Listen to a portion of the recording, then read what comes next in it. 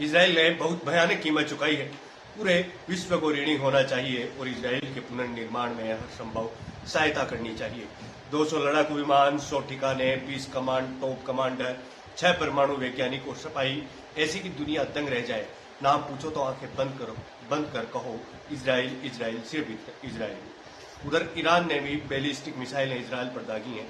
Israel का भी काफी नुकसान हुआ है। तेल अवीव शहर धू कर जल रहा है। इजराइल ने ईरान के सैन्य अड्डों को निशाना बनाया था, जबकि ईरान ने इजराइल के नागरिकों को। ये फर्क है अच्छाई और बुराई में। अभिमन्यु चक्रव्यूह में फंसा था, रास्ता जानता था पर वापसी का नहीं। श्री कृष्ण को भी पता था, फिर भी भेजा, क्योंकि इतिहास अमर योद्धाओं को ही याद रखता है। आज नेतन्याहू उसी चक्रव्यूह में अकेले कूदे हैं। अंतर बस इतना है कि वह वापसी का भी रास्ता जानते हैं और दुश्मन के विनाश का। 95 लाख की यहूदी आबादी को बचाने के लिए नेतन्याहू ने ऐसा तंत्र खड़ा कर दिया कि ईरान जैसे परमाणु संपन्न देश भी चूहे की तरह बिल में छिपने को मजबूर हो जाए।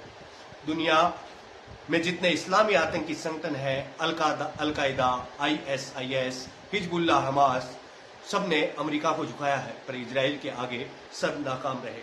अब ईरान बारी में है, उसके फाइनेंसर भी, आतंकी भी वही और अकड़ भी वही, लेकिन इजराइल ने उसके 3 टॉप सैन्य अध्यक्षों और 6 प्रमुख परमाणु वैज्ञानिकों को उन्हीं के घर में उड़ाकर एक ही बात साबित की है, दुश्मन को चिन्हित कर खत्म करने में उसका कोई सान्य नहीं। मोसाद की सूचनाएं इतनी सटीक है कि दुश्मन मरने से पहले भी नहीं जान पाता कि मरने वाला है। मोसाद को सच्चा सलाम सिर्फ इसलिए नहीं है कि वह आतंकियों को खत्म करता है, बल्कि इसलिए कि वह कभी एक भी दुश्मन को छोड़ता नहीं है। और याद रखिए, वो दिन दूर नहीं जब अली खेमेनेई भी मारा जाएगा, जिसने हजारों लड़कियों को जेल में डालकर शोषण किया। वह एक यहूदी का सामना करने की हिम्मत नहीं रखता। कल जो मिसाइलें ईरान ने चलाई, उनमें से एक भी इजराइल तक नहीं पहुंची। जवाबी हमले में इजराइल ने उसके परमाणु ठिकाने राख कर दिए। क्या करेगा इजराइल? क्या करे अब इजराइल?